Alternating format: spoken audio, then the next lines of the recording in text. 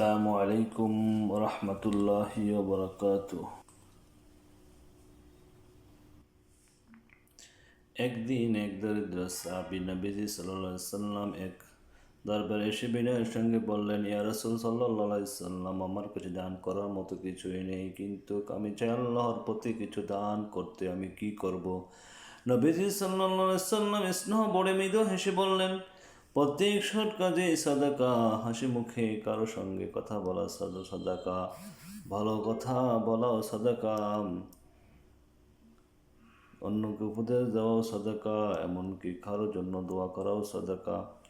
সাহাবী মুখে আনন্দে উজ্জ্বল হয়ে উঠল সাহাবীর মুখ আনন্দে উজ্জ্বল হয়ে উঠল। তিনি বুঝতে পারছেন দান শুধু ধনী ব্যক্তির জন্য নয়, একটি সুন্দর কথা, একটি আন্তরিক দোয়া কিংবা একটি হাসি মুখ, এসব ও সাদাকার অন্তর্ভুক্ত, যা মানুষকে জান্নাতের পথে এগিয়ে দেয়।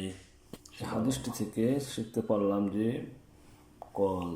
টাকা পয়সা নয়, ধন সম্পদ নয়, আমরা ইচ্ছা করলে মানুষের সাথে হাসি মুখে কথা বলে আমরা আমাদের সওয়াব, আমাদের আমল নামাকে ভারী করতে পারি। এই একটি হাদিস থেকে আমরা জানতে পারলাম যে সুন্দর করে কথা বলা এবং হাসি মুখে কথা বলা, মানুষের পরামর্শ দেওয়া হচ্ছে কি সাদাকা। আল্লাহ তাআলা আমাদেরকে হাদিসটিকে আমল করতে দান করুক। আসসালামু আলাইকুম রহমতুল্লাহ।